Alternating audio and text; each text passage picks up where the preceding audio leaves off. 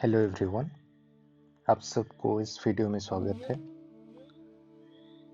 इस वीडियो को आगे बढ़ाने से पहले एक रिक्वेस्ट मैं कर देना चाहता हूँ कि आप प्लीज़ ये वीडियो को टाइम पास करने के लिए ना देखें, कुछ वैल्यू ऐड करने के लिए देखें। एक पेन एंड पेपर रख के कुछ नोट बनाते हुए जाए। जो भी मैं पढ़ा रहा हूँ वो अगर आपको पहले से पता है तो कृपया करके जो भी आगे आएगा, कुछ ऐसे भी पॉइंट आ सकते हैं जो आपको पता ना हो, वो आप नोट कर सकते हो। ठीक है। सो जो बिगनर्स है वो तो पेन एंड पेपर जरूर ही लेकर बैठना। टाइम पास के लिए जो भी आए हो प्लीज़ वीडियो को बंद करके चले जाना। ठीक है, इतना ही बोलना था आपको। सो ज़्यादा टाइम वेस्ट ना करते हुए आपको सीधा ले चलता हूँ इस वीडियो के ऊपर, जो कि बात कर रहा है कंपनी रूल के ऊपर। ओके, सो कंपनी रूल 1773 से लेके 1858 तक है। बहुत सारे लोगों को एक डाउट होता है, एक फियर होता है कि यहाँ पे जो इतने सारे आर्ट्स वगैरह है, इसको ईयर वाइज या फिर उनके नेम वाइज कैसे याद करें। उसके रिलेटेड मैं आपको एक ट्रिक बताऊंगा, जिसके चलते ये जो 8 के 8 आर्ट आपके पास है ना, उसको आप कभी भूलोगे ना, उसके ईयर को आप कभी भूलोगे। ओके, सो वो ट्रिक क्या है अभी हम देखेंगे। पहले इस सब को रिमूव करने दीजिए। ठीक है, आप बोर ना हो इसलिए मैं एक छोटा सा ऑडियो क्लिप भी बैकग्राउंड में देता हूँ। अगर आपको वो अच्छा नहीं लगेगा तो प्लीज़ मेरे को कमेंट सेक्शन में बताइए कि बैकग्राउंड म्यूज़िक हमको अच्छा नहीं लगता करके। मैं नेक्स्ट टाइम से रिमूव कर दूंगा वो। ओके, एंड अगर आपको मेरे वीडियो स्लो लग रहा है तो प्लेबैक स्पीड में जाके उसका स्पीड थोड़ा सा बढ़ा सकते हैं, बढ़ा के देख लीजिए। ओके, सो वो ट्रिक क्या है जिसके चलते हम इस सब जो 8 के 8 एक्ट को याद रखेंगे। पहले पहले जो ट्रिक आएगा वो आएगा ये ईयर को याद रखने के लिए। ओके, ईयर को याद रखने के बाद हम नाम को याद रखेंगे। तो ईयर को याद रखने का ट्रिक क्या है, आपको ये पहले वाला ईयर ही सिर्फ याद रखना है कि एक एक्ट आया था, रेगुलेटिंग एक्ट ऑफ 1773। ओके, इसको बार बार बोलते जाइए कि रेगुलेटिंग एक्ट ऑफ 1773। 1773 में एक एक्ट आया था। ये अगर आपका याद रह गया तो मैं आपको एक कोड दूंगा, एक नंबर दूंगा, जिसके चलते आपका पूरा का पूरा ईयर याद हो जाएगा। वो नंबर क्या है? वो नंबर है 20-20-20। ठीक है, उसके बाद यहाँ पे 7 लिख देना, यहाँ पे 8 लिख देना, यहाँ पे 2 लिख देना, यहाँ पे 3 लिख देना। ओके, सो वो नंबर है 8327202020। अगर आपको इस तरह से याद हो जाएगा तो वेल एंड गुड। आपको इस तरह से याद नहीं होगा तो 20-20-20 आप पहले लिख देना, उसके बाद 7, 8, बीच में 2, 3। ये लेफ्ट साइड से बढ़ेगा। Okay, left side sorry right side से बढ़ेगा। 7, 8, 2, 3, 7, 8, बीच में 2, 3। ओके, 7, 8, 2, 3। आप इसको बार बार प्रैक्टिस करते करते आपका याद हो जाएगा। ओके, 8327202020।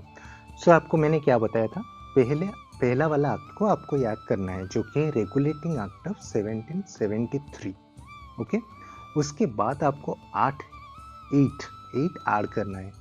सो 73 से 8 ऐड करने के बाद कितना मिलेगा? 1781। ओके, देन 3, 1781 के बाद 3, 84, देन 84 के बाद 2, 86। ओके, 86 के बाद 7, 93, देन 20, देन 20, देन 20। सो इस तरह से आपको पूरा का पूरा ईयर मिल जाएगा आप अगर लिखेंगे तो। सो फर्स्ट आपका है 1773, उसके बाद 1781, देन 1784 3 साल के बाद। ओके, 3 साल के बाद 2 आएगा, सो 2 मीन्स 84, 2 86, देन 86 7 93, 93 से 20 ऐड करेंगे तो 18 13, देन 20 ऐड करेंगे तो 1833, देन 20 ऐड करेंगे तो 1853। सो इस तरह से इस ट्रिक को बार बार लिख लीजिए, 20 20 20, देन 7, देन 8, देन 2, देन 3, 8 3 2 7 20 20 20। इस तरह से आपको पूरा का पूरा ईयर पता चल जाएगा जो भी कंपनी रूल में आर्ट्स का था। ओके, उसके बाद हम इसका नंबर मतलब इसका नेम उसको कैसे मेमोराइज करें। सो थोड़ा सा इसको रिमूव कर लेते हैं पहले, just a minute guys.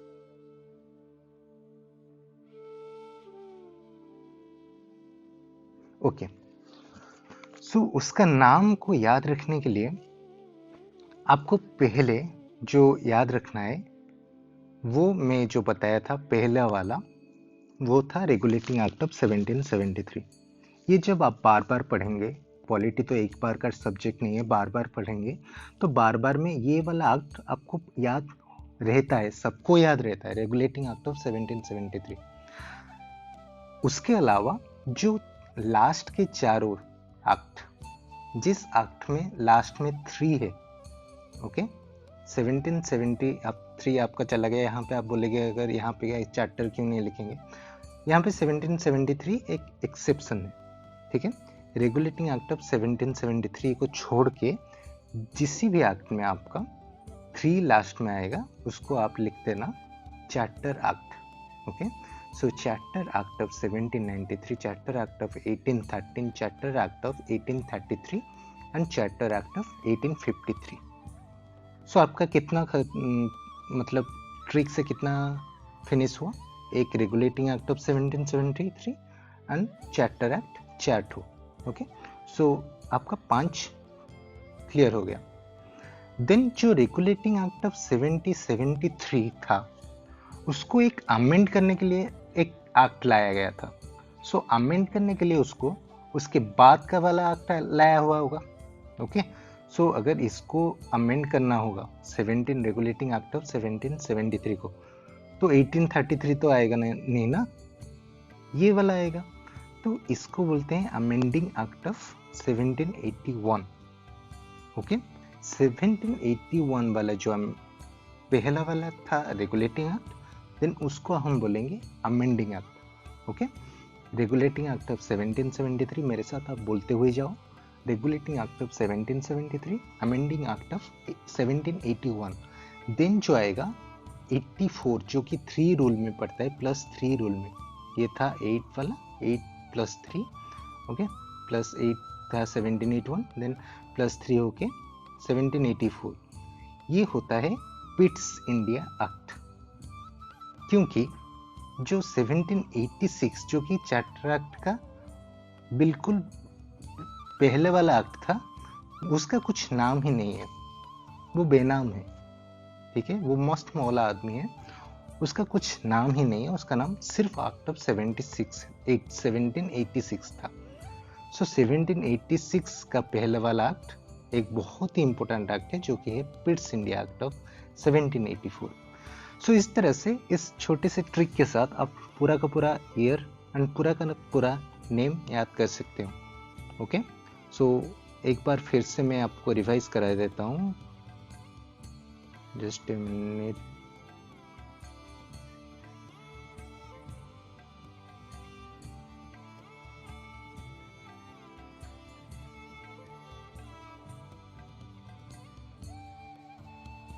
Okay, सो हमारा ट्रिक क्या था, ये था 20 20 20 7 8 2 3 8 3 2 7 20 20 20। ये था हमको ईयर याद करने के लिए।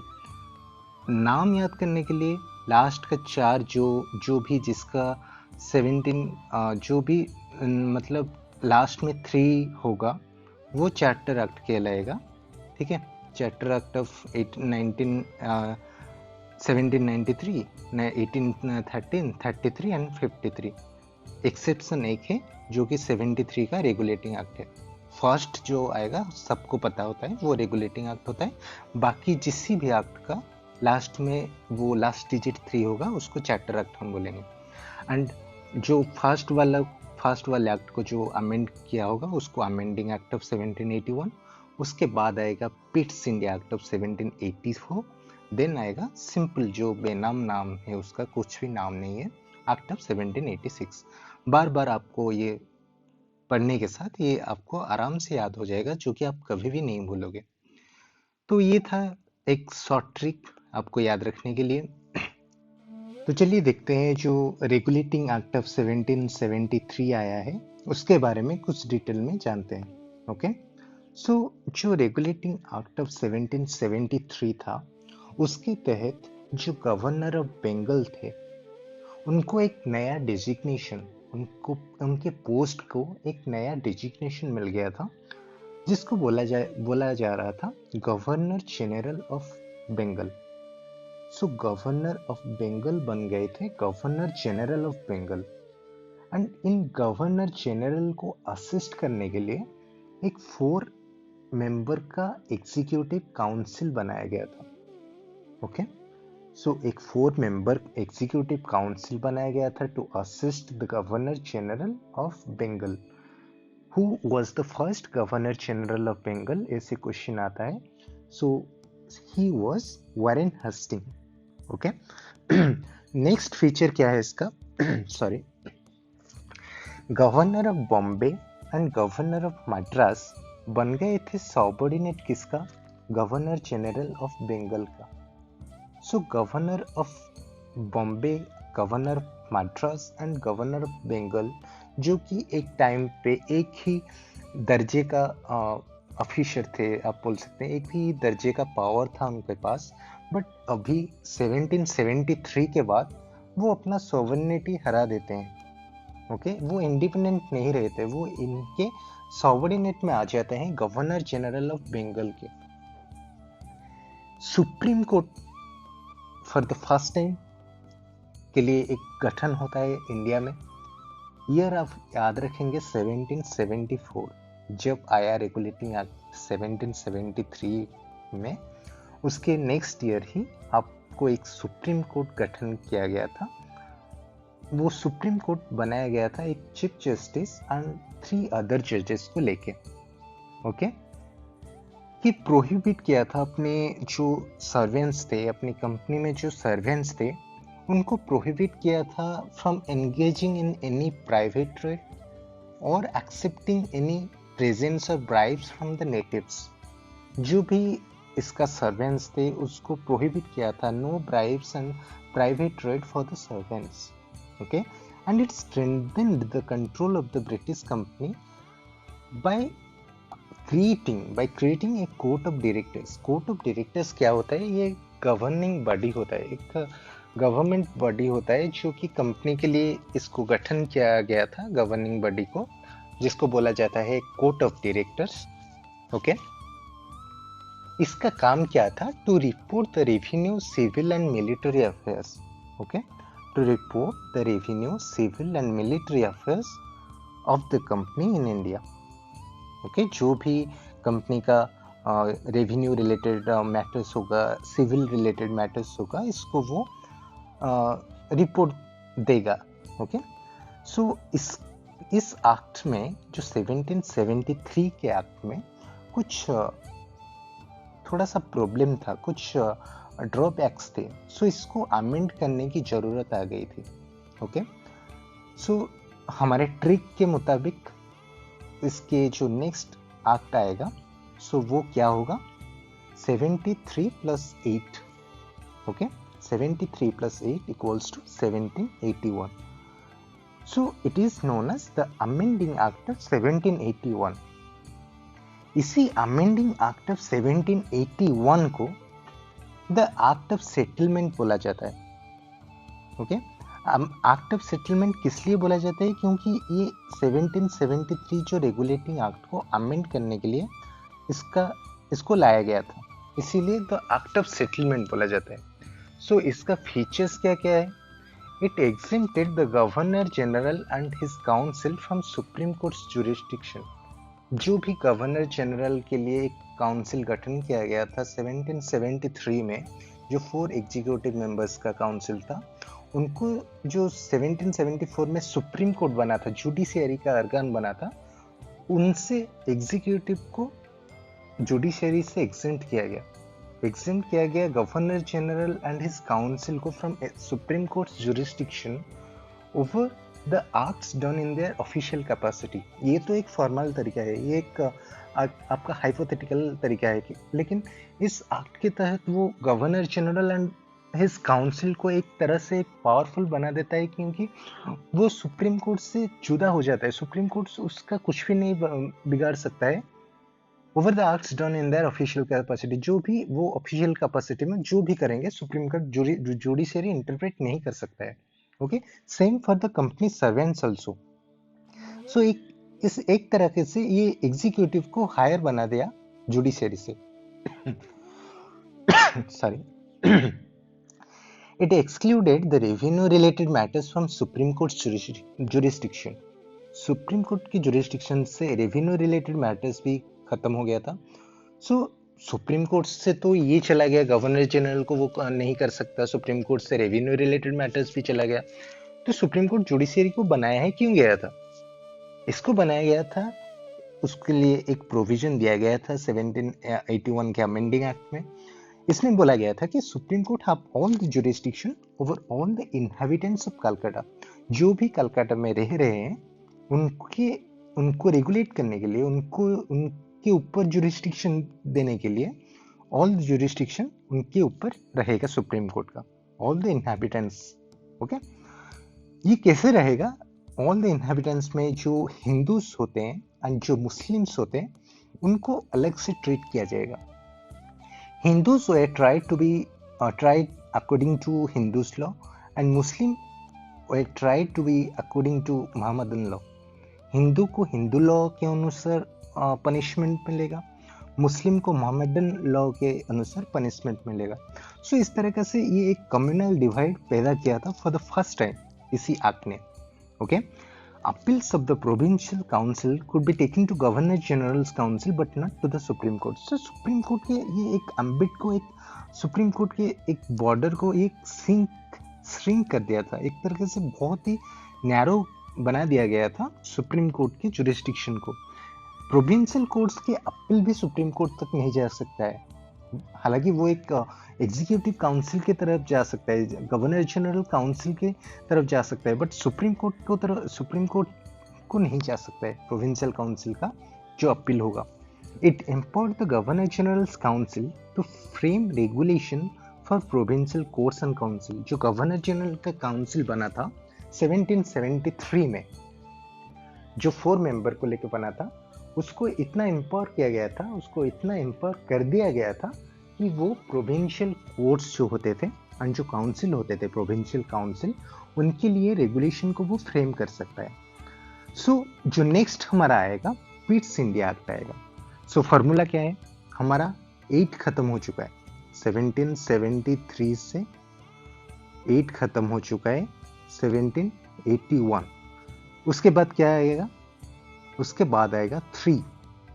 सो 1784, इसको नाम देते हैं पिट्स India act. Okay, so पिट्स India act of 1784, इसका जो मेन फीचर्स था अभी हम डिस्कस करेंगे। Just a minute to remove all of this. Okay, thank you. So इसका जो फीचर्स था पिट्स इंडिया एक्ट ऑफ 1784 का, वो क्या क्या था? ये for the first time distinguish किया था कंपनी का कमर्शियल एंड पॉलिटिकल फंक्शन।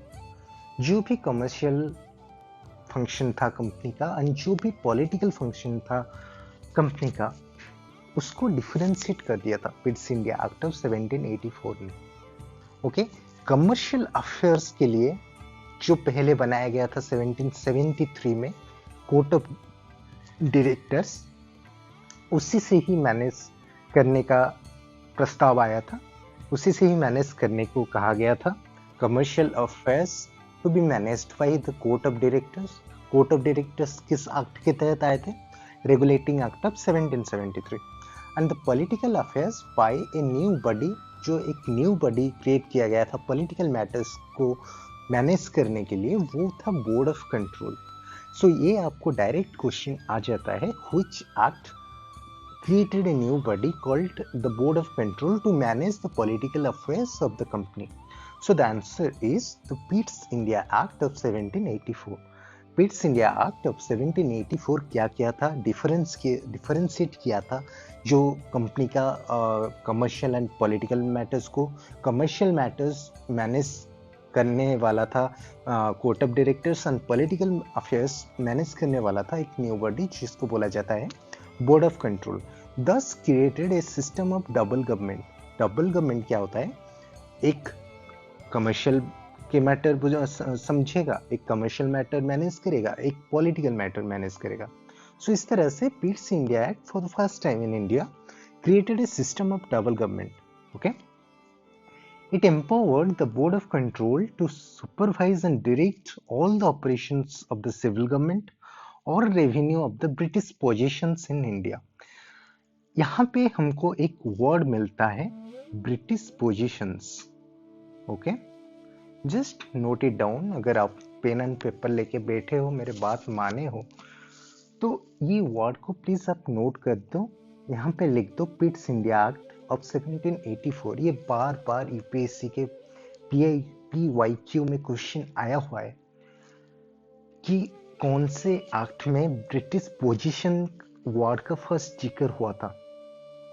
वो था Pitt's India act. Okay, so it empowered the board of control को एम्पावर किया गया था, किस लिए? To supervise and direct all the operations of the civil government. जो भी सिविल गवर्नमेंट था, सिविल और मिलिट्री गवर्नमेंट, ओके, जो भी सिविल एंड मिलिट्री गवर्नमेंट था उसका ऑल द ऑपरेशन को डायरेक्ट करने का और सुपरवाइज करने के लिए एम्पावर किया गया था। और उसके अलावा जो भी revenue of the British positions था उसको भी डायरेक्ट एंड सुपरवाइज करने का पावर दिया गया था बोर्ड ऑफ कंट्रोल को। सो इस पिट्स इंडिया एक्ट ऑफ 1784 का सिग्निफिकेंस क्या था? For the first time company territories in India were called British positions.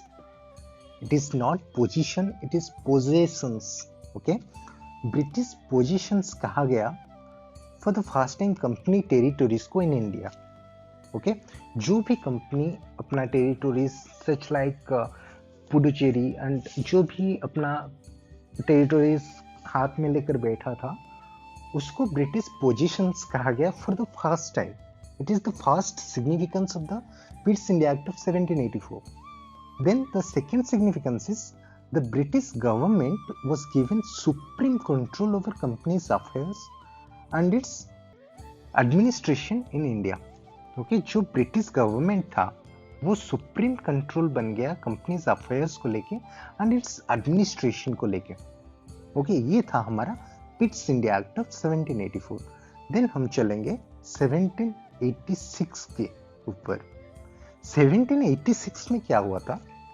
ये खुशी खुशी में इस एक्ट को लाया गया था, एक जिद से इस एक्ट को लाया गया था, एक बचपना से एक्ट को लाया गया था, 1786 वाला एक्ट को। ओके, सो क्या होता है, इसका स्टोरी क्या है? जब 1786 में लॉर्ड कॉर्नवालिस अपॉइंट हुए थे आज the governor general of Bengal. Okay, so वो एक जिद में अड़ गए। उनका दो डिमांड था बेसिकली कि he should be given power to override the council's decision in special cases. जो भी काउंसिल का डिसीजन होगा वो इसको ओवरराइड कर सकते हैं and he would be the commander in chief. Okay, ये दो उनका डिमांड को फुलफिल करने के लिए एक खुशी खुशी से, एक जिद से, एक बचपना से ये एक्ट ऑफ 1786 को लाया गया था। देन 1793 का एक्ट। सो 1786 का फॉर्मूला +2 है। पिट्स इंडिया एक्ट जो 1784 में आया था उससे +2 1786। देन हमारा कितना खत्म हुआ? 832। देन हमारा रूल क्या आएगा? +7। ओके, +7 अगर करेंगे तो एक्ट ऑफ जो ईयर आएगा वो क्या है? 1793। यहाँ पे लास्ट में 3 आ रहा है तो वो एक्ट का नाम क्या होगा? Charter act. ओके, सो ये आता है चार्टर एक्ट ऑफ 1793। अंडरस्टैंड? इसका फीचर्स क्या है हम अभी देखेंगे। चार्टर चार्टर एक्ट ऑफ 1793 क्या किया? जो यहाँ पे आया था चार्टर एक्ट ऑफ 1786 में, कि उनको जो गवर्नर जनरल की काउंसिल का जो ओवरराइडिंग पावर होगा गवर्नर जनरल के पास, वो एक्सटेंड कर दिया गया था। जो कॉर्नवालिस का पावर था वो एक्सटेंड कर दिया गया था जो फ्यूचर गवर्नर जनरल आएंगे एंड गवर्नर ऑफ प्रेसिडेंसीज के लिए आल्सो। ओके, वो जो ओवरराइडिंग पावर उसको एक्सटेंड कर दिया गया था। Okay, to all the future governor generals and the governor of presidencies. It gave more powers to the governor general to control government of subordinate presidencies. Okay, जो भी उनका सबॉर्डिनेट में presidencies था, जो भी बॉम्बे गवर्नर ऑफ बॉम्बे था, governor of Madras था, जो भी उनके सबॉर्डिनेट में थे, उनको इतना पावर दिया गया था कि वो कंट्रोल कर सके उनके सबॉर्डिनेट प्रेसिडेंसीज को। ओके, जो कंपनी एंड ये क्या क्या था थर्ड पॉइंट इसका, extended the trade monopoly of the company in India for another 20 years. जो भी ट्रेड में मोनोपोली था कंपनी का, ईस्ट इंडिया कंपनी का, उसको 20 साल और बढ़ा दिया गया। जाओ आप मौज करो। ओके, इस तरह से एक्सटेंड कर दिया गया था। Then the next is provided commander in chief was not to be a member of governor general's council unless he was so appointed. जो नेक्स्ट कमांडर इन चीफ बनेंगे वो गवर्नर जनरल की काउंसिल से नहीं बनेंगे। कब बनेंगे गवर्नर जनरल की काउंसिल से? अगर वहां से कोई अपॉइंट ना हो तो। अगर यहाँ से कोई अपॉइंट ना हुआ तो गवर्नर जनरल की काउंसिल से कोई भी कमांडर इन चीफ नहीं बनेगा, कोई दूसरा बनेगा। ये था उसका एक फीचर, किसका? चार्टर एक्ट ऑफ 1793 का। Then salary of the board of control and the staff now onwards to be paid out of Indian revenues. जो सैलरी था बोर्ड ऑफ कंट्रोल का एंड जो स्टाफ का सैलरी दिया जाता था ब्रिटिश सरकार के द्वारा, वो अब से मतलब जो चार्टर एक्ट आया था 1793 में, तब से लेकर इंडियन रेवेन्यूज से पेड होगा, उनके देश से नहीं पे होगा। ओके, सो ये था चार्टर एक्ट ऑफ 1793। 3 है तो इसलिए चार्टर। ओके, मतलब ट्रिक के अनुसार, इसीलिए चार्टर नहीं है कि 3 है इसलिए चार्टर, हमारे ट्रिक के अनुसार। ओके, हमारे डिराइव किया हुआ ट्रिक के अनुसार। सो इसके बाद का रूल क्या है आप मेरे को बताना। 93 है तो उसके बाद क्या रूल आएगा? प्लस 20 आएगा। ओके, सो प्लस 20 आएगा तो ईयर क्या होगा? 1793 प्लस 10 होगा तो 1803, 1813। So next charter act is charter act of 1813। Okay, charter act of 1813। इसका फीचर क्या था? It abolished the trade monopoly of company over India. However, it allowed the company monopoly over trading tea and trading China. ये आपका एक important point है कि कौन सा एक्ट था वो जो कि ट्रेड मोनोपोली तो अबोलिश कर दिया था, लेकिन trade monopoly in T and trade in China को कंटिन्यू किया था, उसको अबोलिश नहीं किया था। वो है चार्टर एक्ट ऑफ 1813। इस चैप्टर से सर बहुत ही फैक्चुअल क्वेश्चन आता है, बहुत ही आपको रटना पड़ेगा कुछ पॉइंट, इसीलिए मैं आपको पॉलिटी में ट्रिक बता रहा हूँ। कोई भी ये ट्रिक आपको नहीं बताएगा, ठीक है? पॉलिटी में भी ट्रिक काम आता है। सो ये आता है जो फीचर की बात करता है, ये अबोलिश किया था ट्रेड मोनोपोली ऑफ कंपनी को over India, and but it allowed the monopoly of company over trade in tea and trade in China. ठीक है, trade in T and trade in China बरकरार था, उसमें मोनोपोली बरकरार था, लेकिन जो अलग ट्रेड था इंडिया में उसको बैन कर दिया था, उसको अबोलिश कर दिया गया था। It asserted the sovereignty of British crown over the company's territory in India. धीरे धीरे करके ये असर्ट करता जा रहा था जो sovereignty of British crown. Sovereignty मतलब क्या होता है? प्रभुत्व होता है। ओके, सो प्रभुत्व मिल गया था ब्रिटिश क्राउन को over the company's territory in India, जो भी कंपनी का टेरिटरी था इंडिया में, वहां पे प्रभुत्व मिल गया था ब्रिटिश क्राउन को। ओके, सो ब्रिटिश क्राउन मतलब क्या, ब्रिटिश में मोनार्की चलता है, उसको ही ब्रिटिश क्राउन बोला जाता है। सो उनके जो किंग, उनके जो क्वीन होते हैं, उनको असर्ट कर दिया गया था sovereignty, okay, over the company's territory in India. Allowed the Christian missionaries to come to India to enlighten people, Christian missionaries को अलाउ कर दिया गया था आने के लिए और इधर लोगों को एनलाइट करने के लिए। एंड ये प्रोवाइड किया था western education, okay, western education spread करने के लिए ये बता रहा था। किसके बीच में, among the inhabitants of the British territories in India, जो भी ब्रिटिश टेरिटरीज में लोग रह रहे थे उनके बीच में जो वेस्टर्न एजुकेशन को स्प्रेड करने के लिए ये रूल ये बता रहा है charter act of 1813। It authorized the local government to pay tax and also allowed the local government to punish them also if someone not paying tax.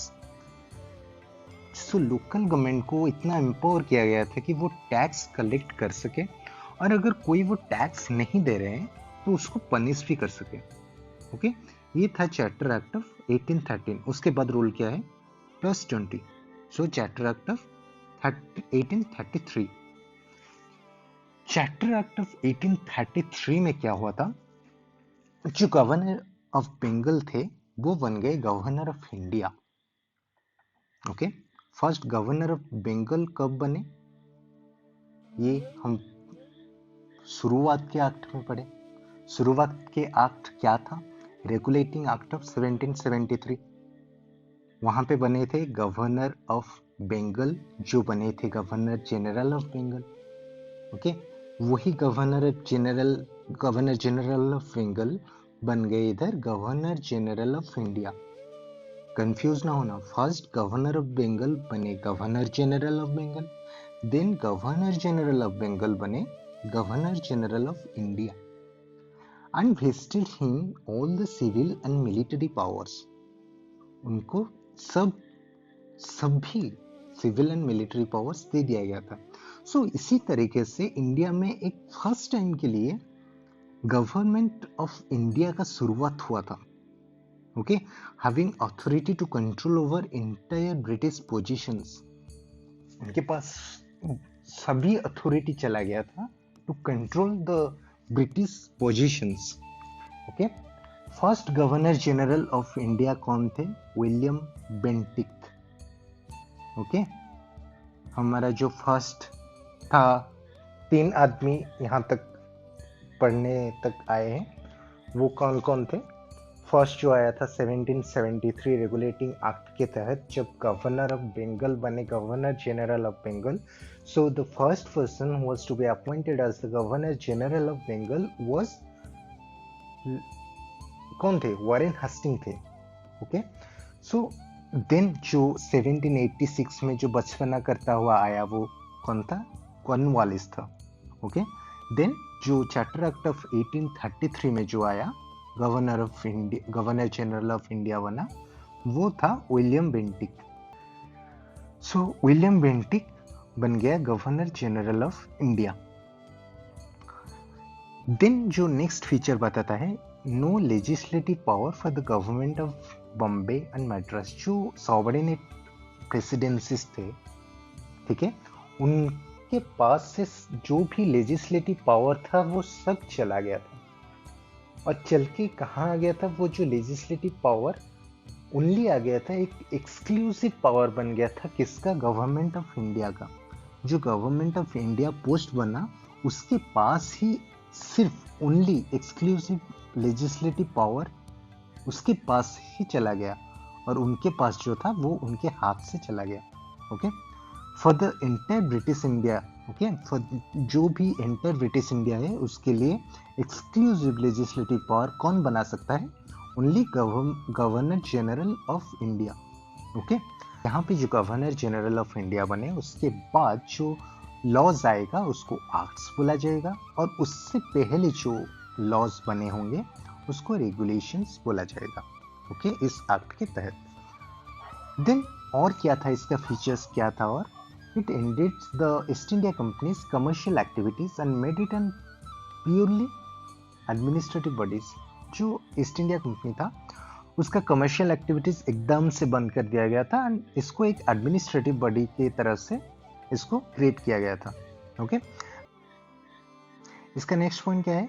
Attempted to introduce an open competition for selection of civil servants. Okay for Indians to.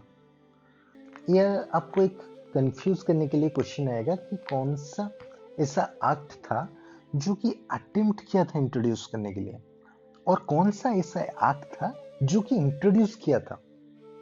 क्या introduce किया था? Open competition for the selection of civil servants. Okay and for Indians too. So जो attempt किया था वो था 1833 का charter act and जो इंट्रोड्यूस किया था वो था 1853 का चार्टर एक्ट. वो क्या है हम आगे पढ़ेंगे, अभी इसको खत्म कर देते हैं. इसमें जो अटेम्प्ट किया था इंट्रोड्यूस करने के लिए, ये जो कोर्ट ऑफ डायरेक्टर्स था उनके ऑपोजिशन के बाद इसको रिमूव कर दिया गया था इस प्रोविजंस को. ओके देन नेक्स्ट हमारा आएगा +20 वाला रूल के हिसाब से चार्टर एक्ट ऑफ 1853. इसका जो फीचर है उसके पहले हम देखेंगे, ये लास्ट एक्ट है चार्टर एक्ट सीरीज का. Okay it separated for the first time the legislative and executive function of the governor general council. Okay so governor general council कब आया था? रेगुलेटिंग एक्ट ऑफ 1773 से. ओके यहाँ पे 6 member add हुए थे इसी काउंसिल में. इन अदर वर्ड्स आप कह सकते हैं कि ये क्रिएट कर दिया था एक separate governor general legislative council. जो पहले वाला था वो था गवर्नर जनरल एग्जीक्यूटिव काउंसिल जो कि रेगुलेटिंग एक्ट ऑफ 1773 से हुआ था 4 मेंबर्स को मिला के. बट ये क्या क्रिएट किया? Governor general executive council. Okay इसको बोला गया Indian legislative council, Indian central legislative council. Please note it down. Okay Indian central legislative council. It functioned as a mini parliament. Okay? जो इंडियन सेंट्रल लेजिस्लेटिव काउंसिल, जो governor general के legislative council का नाम है, वो एक mini parliament की तरह काम करता था. ओके सो इसी तरह से लेजिस्लेशन को for the first time treat किया गया था एक special functions of government. Government का एक स्पेशल फंक्शन की तरह जो लेजिस्लेटिव काउंसिल बना गवर्नर जनरल का, जिसका नाम है इंडियन सेंट्रल लेजिस्लेटिव काउंसिल, उसको एक स्पेशल ट्रीटमेंट मिला था. ओके देन इस 1853 का एक बहुत ही इंपॉर्टेंट फैक्ट क्या है? Introduce open competition for the recruitment of civil servants. यही था जो चार्टर एक्ट ऑफ 1853, यही था जिसने इंट्रोड्यूस किया था. बट अटेम्प्ट किसने किया था? 1833 ने किया था एंड 1853 ने इसको इंट्रोड्यूस कर दिया था. एंड इसको इंट्रोड्यूस करने के लिए एक कमेटी का गठन किया गया था जिसको बोला जाता है मैकॉली कमेटी. ओके ये मैकॉली कमेटी अपॉइंट किया गया था 1854 में. देन इसका नेक्स्ट फीचर है, it extended the company rule but did not specify any particular period unlike the previous charters. This was the clear indication that the company's rule could be terminated at any point of time as the parliaments want या as the parliament liked. So इसमें क्या कहा गया है कि जो company rule होता है, जो कि प्रीवियस चार्टर्स में आप देखे होंगे, कोई 20 साल के लिए बढ़ा रहा है, कोई 10 साल के लिए बढ़ा रहा है, कुछ टाइम फ्रेम के लिए वो कंपनी रूल को बढ़ा रहे थे. वो कंपनी को कुछ पावर दे रहे थे, कुछ ऑटोनॉमी दे रहे थे, कुछ मोनोपोली दे रहे थे. बट यहाँ पे क्या किया गया, जो ये एक्ट लाया गया वो कुछ भी ऐसे बात नहीं किया गया था. यहाँ पे कंपनी रूल को कहाँ तक बढ़ाने के लिए कि एक डेफिनेट टाइम फ्रेम नहीं दिया. सो ये एक क्लियर इंडिकेशन मिल गया कि कंपनी रूल एंड हो सकता है जब भी ब्रिटिश पार्लियामेंट चाहे. ओके देन इसका जो नेक्स्ट पॉइंट है, introduce for the first time a local representation in the Indian central legislative council. What is that Indian central legislative council? It is the legislative council of governor general. Okay governor general legislative council को Indian central legislative council by ILC बोला जाता है। Okay, सो यहाँ पे first time के लिए local representation दिया गया था। कैसे? 4 members were appointed by the local government of Madras, Bombay, Bengal and Agra. So ये था हमारा चार्टर एक्ट ऑफ 1853 एंड यहाँ पे खत्म होता है आज का हमारा वीडियो, जो कि था कंपनी रूल के ऊपर। ओके, सो यहाँ पे हम कुछ ट्रिक सीखे। ओके, कुछ ट्रिक के हिसाब से जो भी एक्ट्स वगैरह आया था उसको मेमोराइज करने की प्रयास किए। वो ट्रिक्स था 20-20-20। ओके, इस तरह से ना लिख के यहाँ पे थोड़ा सा अच्छे से लिख देते हैं 20-20-20 और क्या था 7-8-2-3। सो 8327-20-20-20 ये एक नंबर था, मैंने आपको दिया था। और यहाँ पे क्या डिस्कस किए थे, जो भी सब एक्ट्स वगैरह आया था वो सबको डिस्कस किए थे। नेक्स्ट वीडियो में हम देखेंगे कि कंपनी रूल के बाद क्या क्या होता है। ओके, सो आशा करता हूँ आज का ये वीडियो आपको अच्छा लगेगा। अगर आपको ये वीडियो अच्छा लगे तो आपको पता है क्या करना है, वो सब्सक्राइब करके वो बेल वाला आइकन दबा दो, थोड़ा हमको भी थोड़ा सा मोटिवेशन मिलेगा। सो मिलते हैं नेक्स्ट वीडियो में, तब तक के लिए आप पढ़ते रहिए, बढ़ते रहिए। बाय बाय, टेक केयर, जय हिंद, थैंक यू।